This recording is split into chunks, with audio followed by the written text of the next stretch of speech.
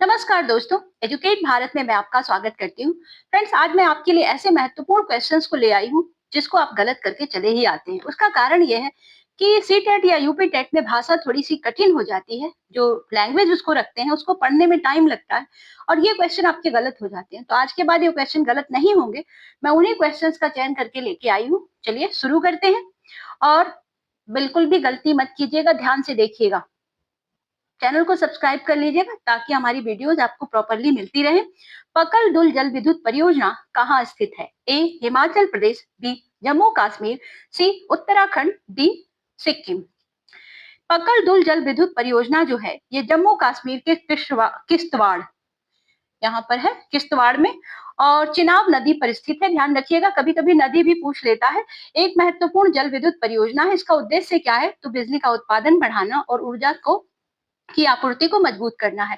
भारत की एक प्रमुख जल परियोजनाओं में से एक मानी जाती है, ऊर्जा परियोजनाओं में से एक मानी जाती है। आगे बढ़ते हैं। इस बार आप सीटेट क्लियर करके आएंगे, एकदम हारना नहीं है। किसने सती प्रथा के खिलाफ अभियान का नेतृत्व किया? ए राजा राम मोहन राय, बी दयानंद सरस्वती, सी ईश्वर चंद्र विद्यासागर, डी स्वामी विवेकानंद।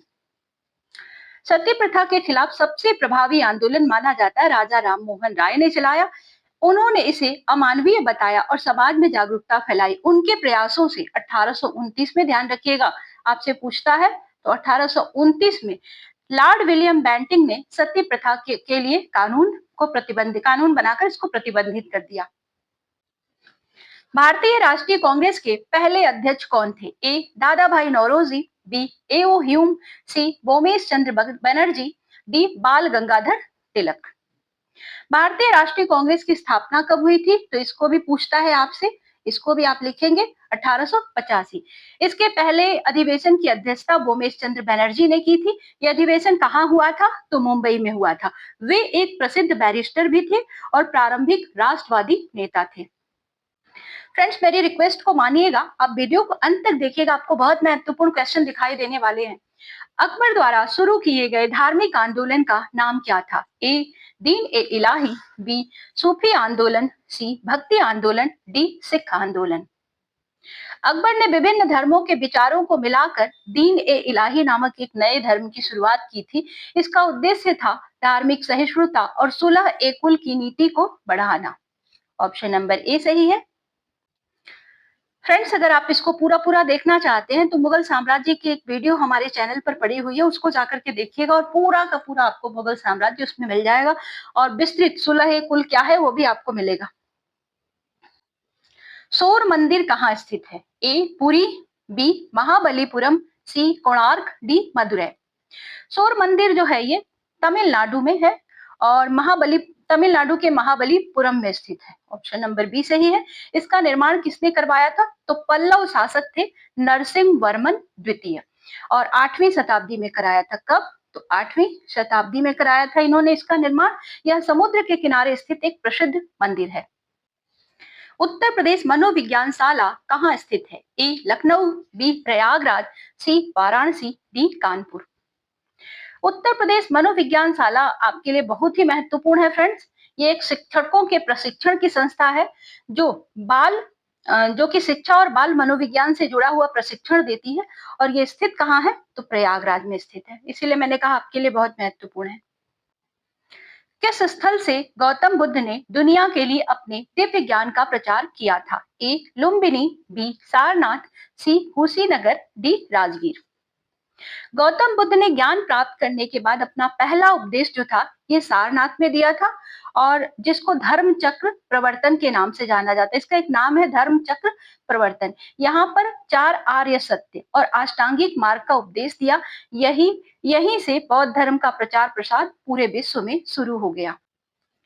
पृथ्वी को चारों ओर घूमने में कितना समय लगता है? ए 365 दिन, बी 24 घंटे, सी 30 दिन, डी 7 दिन। पृथ्वी जो है सूर्य के चारों ओर एक चक्कर 365 दिन और 6 घंटे में पूरा करती है। इसी कारण से हर साल में लीप ईयर बनाया गया है, क्योंकि कुछ घंटे जो बच जाते हैं उसी से एक दिन बन जाता है पूरा का पूरा। ये 365 दिन हो जाता है, घूमने में 365 दिन का समय लगता है। और यही कारण है, ये जो पृथ्वी के सूर्य के चारों ओर घूमने की गति है, इसी कारण ऋतुएं बदलती हैं। आपसे क्वेश्चन पूछता है ऋतुओं के बदलने का कारण क्या है, तो आप बताएंगे पृथ्वी के सूर्य की ओर चारों ओर जो घूमना है उसको परिक्रमण कहते हैं, ध्यान दीजिएगा। फ्रेंड्स, आप मेरे साथ प्रैक्टिस करते रहिए, सीटेट आराम से निकल जाएगा और आप नाचते गाते एग्जाम हॉल से आएंगे। चलिए, 1857 का विद्रोह प्रभावी रूप से किस शहर में समाप्त हुआ? ए दिल्ली, बी कानपुर, सी लखनऊ, डी ग्वालियर। 1857 का जो विद्रोह था, ये अंतिम प्रमुख केंद्र इसका था ग्वालियर में। कहां पर था? ग्वालियर में। 18 जून 1858 को महारानी लक्ष्मीबाई का बलिदान हुआ और उसके बाद 20 जून 1858 को अंग्रेजों ने फिर से ग्वालियर को अपने कब्जे में ले लिया। नेटो का मुख्यालय कहाँ स्थित है? ए पेरिस, बी लंदन, सी ब्रुसेल, डी न्यूयॉर्क। नेटो एक सैन्य संगठन है और इसकी स्थापना हुई थी 1949 में, 1949 में, और इसका मुख्यालय ब्रुसेल्स में है। बेल्जियम की ये राजधानी है, जहां से रणनीतिक गतिविधियां जो है ये संचालित होती हैं। ऑप्शन नंबर सी सही है। फ्रेंड्स, सूर्य और पृथ्वी के मध्य अधिकतम दूरी कहलाती है? ए उपसौर, बी अपसौर, सी उपभू, डी अपभू। सूर्य पृथ्वी के चारों ओर दीर्घवृत्ताकार कक्षा में घूमती है, इसी कारण सूर्य और पृथ्वी की दूरी हमेशा समान नहीं रहती। जब पृथ्वी सूर्य से सबसे अधिक दूरी पर होती है, उस स्थिति को अपसौर कहा जाता है। और यह स्थिति कब आती है? तो 4 जुलाई के आसपास आती है। इसके विपरीत जब पृथ्वी सूर्य से निकट होती है तो उसको उपसौर कहा जाता है। ध्यान रखिएगा फ्रेंड्स। राष्ट्रपति की अनुपस्थिति में उनके कार्यों का निर्वहन कौन करता है? ए प्रधानमंत्री, बी उपराष्ट्रपति, सी लोकसभा अध्यक्ष, डी मुख्य न्यायाधीश। राष्ट्रपति भारत के संवैधानिक प्रमुख होते हैं और वे जब अनुपस्थित होते हैं, उनका पद रिक्त हो जाता है, तो उनके कार्यों का निर्वहन उपराष्ट्रपति करते हैं। उपराष्ट्रपति राज्यसभा के सभापति भी होते हैं और राष्ट्रपति की अनुपस्थिति में अस्थायी रूप से उनके काम को संभालते हैं। मन लगाकर पढ़िए फ्रेंड्स। निम्नलिखित में से कौन सा दुनिया का सबसे बड़ा रेगिस्तान है? ए गोबी, बी सहारा, सी अंटार्कटिका, डी अरब। रेगिस्तान केवल रेत वाला क्षेत्र नहीं होता दोस्तों, बल्कि यह वह क्षेत्र होता है जहां वर्षा बहुत कम होती है। इसी आधार पर अंटार्कटिका को दुनिया का सबसे बड़ा रेगिस्तान माना जाता है, क्योंकि यहाँ पर वर्षा बहुत कम होती है। लेकिन हाँ, ध्यान रखिएगा, ये बहुत ही ठंडा मरुस्थल है और जो सबसे गर्म अगर माना जाए तो ये है सहारा मरुस्थल। तो सबसे बड़ा इसने पूछा दुनिया का सबसे बड़ा, तो अंटार्कटिका, सहारा नहीं होगा, सहारा गर्म मरुस्थल में आ जाएगा। कौन सी नदी उत्तर और दक्षिण भारत के बीच पारंपरिक सीमा मानी जाती है? ए गंगा, बी नर्मदा, सी गोदावरी, डी कृष्णा। नर्मदा नदी जो है भारत में उत्तर और दक्षिण के बीच प्राकृतिक विभाजन रेखा इसको माना जाता है। यह विंध्य और सतपुड़ा पर्वत, 2 पर्वत श्रृंखलाएं हैं, इनके बीच में बहती है। भौगोलिक रूप से ये दोनों क्षेत्रों को अलग अलग करने में महत्वपूर्ण भूमिका निभाती है नर्मदा।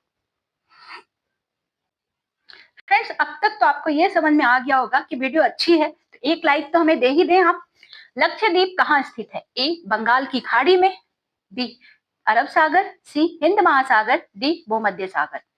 लक्षद्वीप भारत का एक केंद्र शासित प्रदेश है जो देश के पश्चिमी तट के पास स्थित है। यह पूरा जो द्वीप समूह है अरब सागर में स्थित है। कहाँ स्थित है? अरब सागर में। और ये अपनी समुद्री जैव विविधता और कोरल रीफ के लिए प्रसिद्ध है। कोरल रीफ क्या है, इसके लिए चैनल पर जाएं, आपको मिल जाएगा। फ्रेंड्स, प्लेलिस्ट को बार बार चेक करते रहिए। हमारी प्लेलिस्ट में आपको सी टेट और यूपी टेट से बहुत सारे इस तरह की वीडियोस मिलेंगे। गुरु नानक ने अपना उत्तराधिकारी किसे घोषित किया? ए गुरु गोविंद सिंह, बी गुरु अंगद देव, सी गुरु अर्जुन देव, डी गुरु हरगोविंद। गुरु नानक देव जी ने सिख धर्म के संस्थापक थे और इनके शिष्य थे, शिष्य का नाम था लहिड़ा, लहिड़ा, ध्यान दीजिएगा फ्रेंड, इनका नाम था लहिड़ा। बाद में ये अंगद देव के नाम से फेमस हो गए। लहिड़ा, ल ह पर ई की मात्रा थोड़ा ठीक से नहीं लिखा है मैंने। और गुरु नानक जी की शिक्षाओं को इन्होंने आगे बढ़ाया और सिख परंपरा को मजबूत किया। गुरु अंगद देव। कहीं कहीं आपको लहिड़ा नाम भी मिलता है। हुगली नदी के तट पर पहली अंग्रेजी फैक्ट्री कब स्थापित की गई? तो इंग्लिश ईस्ट इंडिया कंपनी 1651 में भारत आई। 1651 में। बंगाल में हुगली नदी के किनारे अपनी पहली फैक्ट्री इन्होंने स्थापित किया। यह भारत में अंग्रेजों की व्यापारिक उपस्थिति को मजबूत करने की शुरुआत थी। सूर्य के चारों ओर पृथ्वी की गति को क्या कहते हैं? ये क्वेश्चन मैंने अभी दिया भी था ऊपर, और इसमें इसका आंसर भी दिया था। जो क्वेश्चन मैंने पढ़ा था उसमें आंसर दिया था। ए घूर्णन, बी परिक्रमण, सी झुकाव, डी कंपन। पृथ्वी सूर्य के चारों ओर अपनी कक्षा में घूमना जो होता है, इसको हम कहते हैं परिक्रमण। इस गति के कारण पृथ्वी को एक चक्र पूरा करने में 365 दिन लगते हैं, जिसके कारण ऋतुओं का परिवर्तन होता है। ये क्वेश्चन आपसे बार बार पूछता है, ऋतुओं का परिवर्तन क्यों होता है? राष्ट्रपति पद रिक्त होने पर अधिकतम कितने समय तक कार्यवाहक राष्ट्रपति कार्य करता है? 1 माह, 3 माह, 6 माह, 1 वर्ष। राष्ट्रपति का पद जब रिक्त हो जाता है तो उपराष्ट्रपति कार्यवाहक राष्ट्रपति के रूप में काम करते हैं, लेकिन केवल 6 माह कार्य कर सकते हैं। इसी के भीतर नए राष्ट्रपति का चुनाव करना आवश्यक होता है ताकि शासन व्यवस्था बाधित न हो। राष्ट्रपति पर महाभियोग संविधान के किस अनुच्छेद द्वारा लगाया जाता है? फ्रेंड्स, अब तक 20वें क्वेश्चन पर हम आ चुके हैं। अब आप कमेंट बॉक्स में जाइए और बताइए मुझे अब तक आपके कितने आंसर सही थे, 15, 18 या 12। अनुच्छेद 52, बी अनुच्छेद 56, सी अनुच्छेद 61, डी अनुच्छेद 74। अनुच्छेद 61 के तहत 61, ध्यान दीजिएगा, आप हिंदी में थोड़ा सा कंफ्यूज हो जाते हैं आप लोग। 61 के तहत राष्ट्रपति पर महाभियोग लगाया जाता है यदि ये संविधान में का उल्लंघन करते हैं तब। यह एक गंभीर संवैधानिक प्रक्रिया है जिसमें संसद की विशेष बहुमत की आवश्यकता होती है, और भारत का इतिहास में अब तक ऐसा नहीं हुआ है दोस्तों। यह भारत के लिए सौभाग्य की बात है। चलिए, हमारे 20 क्वेश्चन का सेट कंप्लीट होता है। अगर आपको ये पसंद आया हो तो हमें एक लाइक जरूर दें, और हाँ, अगर आप इसी तरह के और भी प्रैक्टिस सेट को देखना चाहते हैं तो चैनल को सब्सक्राइब कर लें। हाँ, दोस्तों को बिल्कुल ना भूलें, उनके साथ शेयर करें। हम मिलेंगे आपसे अगले प्रैक्टिस सेट के साथ। तब तक के लिए good bye. Thank you for watching.